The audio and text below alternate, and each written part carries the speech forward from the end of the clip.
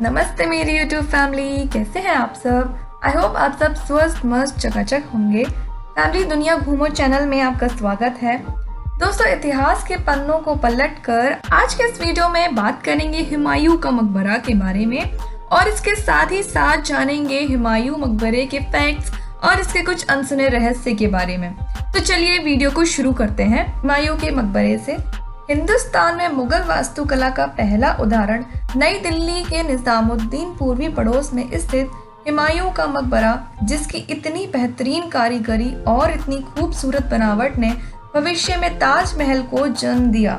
यह मकबरा सूफी संत निजामुद्दीन औलिया की दरगाह के पास यमुना तट पर स्थित है।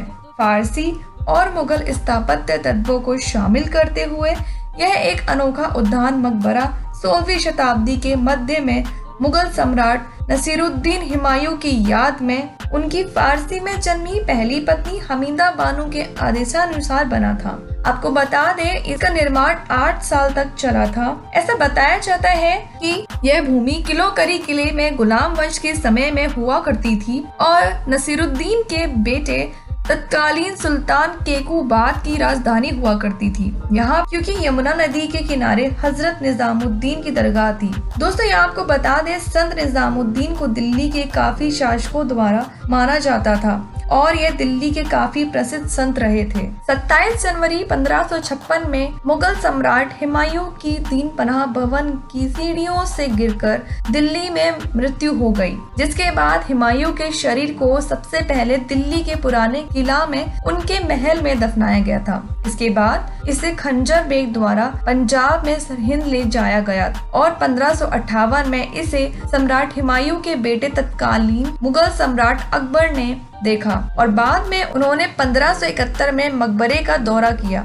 जब यह पूरा होने वाला था तो हुमायूं की पहली और मुख्य पत्नी महारानी हमीदा बानो बेगम के आदेशानुसार हुमायूं के मकबरे को बनाया गया था। इस मकबरे का निर्माण शुरू हुआ 1565 में और पूरा हुआ 1572 में।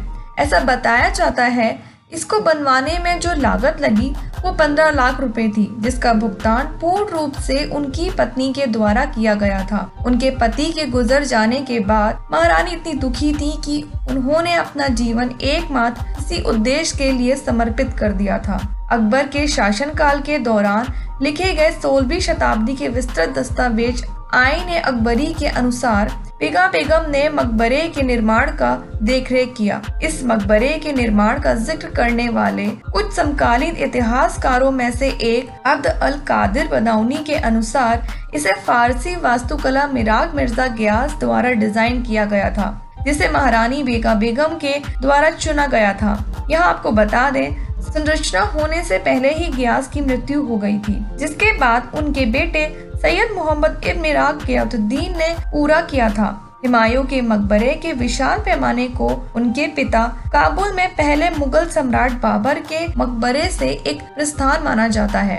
इस मकबरे का उद्यान मकबरा 4 बाग, कुरान के स्वर की 4 नदियों के साथ एक 4 चतुर्भुज उद्यान का एक उदाहरण है, जिसमें आप देख सकते हैं पुल चैनलों से जुड़े हुए हैं। इसके पूर्वी और उत्तरी दीवारों के केंद्र में स्थित मंडपों के साथ दक्षिण और पश्चिम से ऊंचे प्रवेश द्वारों से बगीचे में प्रवेश किया जाता है। दोस्तों, यहाँ आप देख सकते हैं हुमायूं का मकबरा अपने आप में एक ऊंचे चौड़े सीढ़ीदार मंच पर खड़ा हुआ है, जो देखने में बेहद ही खूबसूरत है। इसके चारों तरफ जब आप देखेंगे तो 2 खाड़ी गहरी तिजोरी है। यहाँ आप देख सकते हैं इसमें 4 लंबी भुजाओं को और इसके किनारों पर बनी इसकी इतनी सुंदर बनावट को। यह मकबरा अष्टकोणीय है, जो 42.5 मीटर ऊंचे डबल गुम्बद से ढका हुआ है, जिसमें खम्भों वाले खोखे से घिरे संगमरमर के साथ और केंद्रीय छतरियों के गुम्बदों को चमकता हुआ चीनी मिट्टी के टाइलों से सजाया गया है।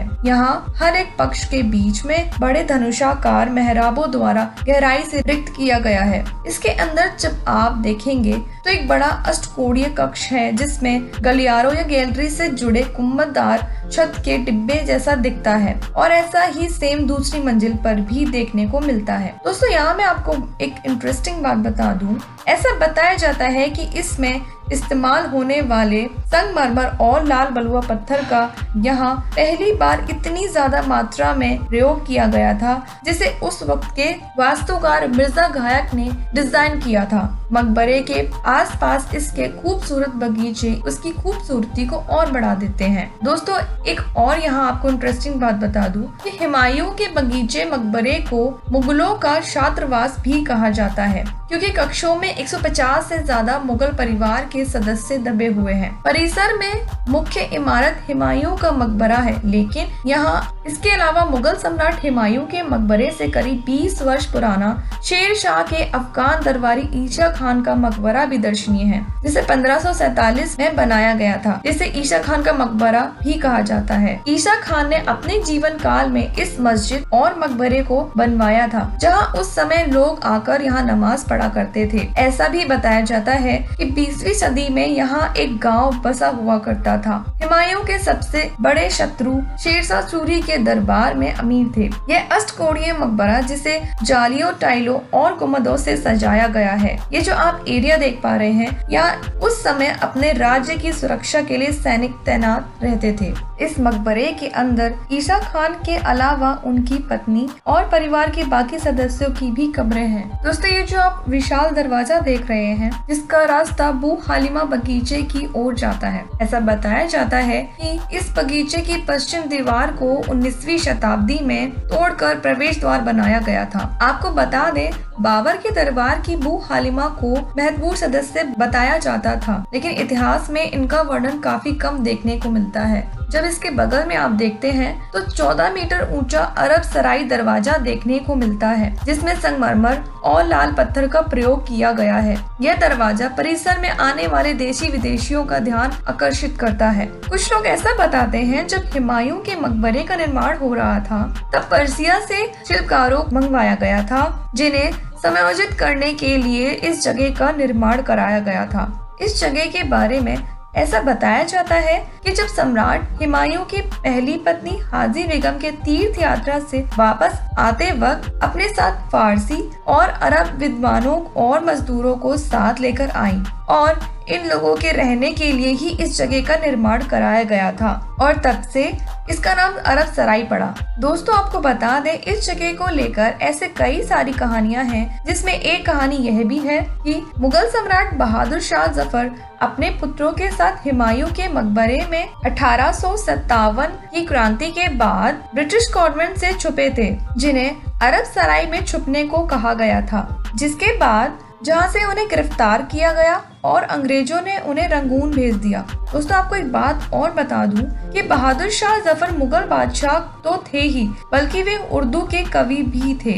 यहाँ आपको बता दूं कि मेजर हेडसन को भी उर्दू का थोड़ा बहुत ज्ञान था। जब वह मुगल सम्राट को हुमायूं के मकबरे में गिरफ्तार करने पहुंचा, तो उसने कहा, दम दमे में दम नहीं है, खैर मांगो जान की, ए जफर ठंडी हुई अब देख हिंदुस्तान की। जिसके जवाब में जफर ने कहा, गजियों में बू रहेगी जब तलक ईमान की, तख्त लंदन तक चलेगी देख हिंदुस्तान की। दोस्तों, अब बात कर लेते हैं इसके तथ्यों के बारे में। फैक्ट नंबर 1, पूरे परिसर में 100 से भी ज्यादा कब्रें हैं। उसमें से कई पहले स्तर की छत पर हैं, जिन्हें मुगलों के छात्रावास के रूप में जाना जाता है।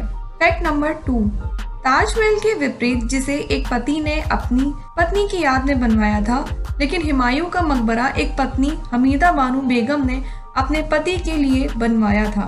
फैक्ट नंबर 3, 1993 में यूनेस्को ने इस मकबरे को विश्व धरोहर स्थल में शामिल किया। फैक्ट नंबर 4, हुमायूं के मकबरे ने मुगल वास्तुकला के विस्तार में एक मील का पत्थर होने का दर्जा अर्जित किया है। फैक्ट नंबर 5, हुमायूं के मकबरे ने बहुत प्रसिद्ध ताजमहल के निर्माण को प्रेरित किया, जिसे एक सदी बाद बनाया गया था। फैक्ट नंबर 6, हुमायूं के मकबरे को एक फारसी वास्तुकार मिराग मिर्जा घियास द्वारा डिजाइन किया गया था। फैक्ट नंबर 7, यह विशेष रूप से भारतीय उपमहाद्वीप का पहला उद्यान मकबरा था, जिसमें सुंदर मार्ग और चैनल थे। फैक्ट नंबर 8, यह भारत की पहली इमारत थी जिसे विशाल पैमाने पर खोखे के साथ 2 गुने ऊंचाई के उत्कृष्ट नमूने के रूप में जाना जाता था। फैक्ट नंबर 9, मकबरे के 8 पार्श्व कक्षों की अवधारणा स्वर्ग की इस्लामी अवधारणा का प्रतीक है। फैक्ट नंबर 10, इमारत में सफेद संगमरमर और लाल बलुआ पत्थर का इस्तेमाल किया गया है। फैक्ट नंबर 11, यह मकबरा 27.04 हेक्टेयर के परिसर में स्थित है। फैक्ट नंबर 12, यह मकबरा 14वीं शताब्दी सूफी संत हजरत निजामुद्दीन औलिया के तीर्थ स्थल पर केंद्रित एक अत्यंत महत्वपूर्ण पुरातात्विक स्थल पर स्थित है, क्योंकि किसी संत की कब्र के पास दफन होना शुभ माना जाता है। फैक्ट नंबर 13, इस परिसर में स्थित 4 बाग शैली के खूबसूरत बगीचे बिल्कुल वैसे ही बने हैं जैसे कुरान में स्वर्ग के बागों का वर्णन है। फैक्ट नंबर 14, ऐसा बताया जाता है कि भारत में पहले इस तरह का मकबरा नहीं बना था और जब इस मकबरे का निर्माण पूरा हुआ इसके बाद में इससे प्रेरित होकर इसी तरह के मकबरे बनने लगे, जिसमें सबसे ज्यादा प्रसिद्ध हुआ आगरा का ताजमहल। फैक्ट नंबर 15, जितना खूबसूरत यह मकबरा दिखता है उससे कहीं ज्यादा बदकिस्मत रही है इनकी जिंदगी। इतिहासकार लेनपोल ने अपने इतिहास में ऐसा बताया है कि हुमायूं का अर्थ होता है खुश नसीब यानी भाग्यशाली, लेकिन मुगल सम्राट हुमायूं इतना बदनसीब था कि इन्हें इनके जीवन में दर दर की ठोकरें ही खानी पड़ी। फैक्ट नंबर 16, 2011 में जब 3050 फीट खुदाई हुई तब उस समय की कलाकृति उस खुदाई में निकली, जिनमें इमारतों के भागों को देखा जा सकता है। दोस्तों, वीडियो को एंड करने से पहले आपका इस वीडियो के बारे में क्या कहना है कमेंट में जरूर लिखिए। अगर आपको वीडियो अच्छी लगी हो तो वीडियो को लाइक और इस चैनल को सब्सक्राइब करना ना भूलें। मिलते हैं अगली वीडियो में, तब तक के लिए मस्त रहे, स्वस्थ रहे और दुनिया घूमें।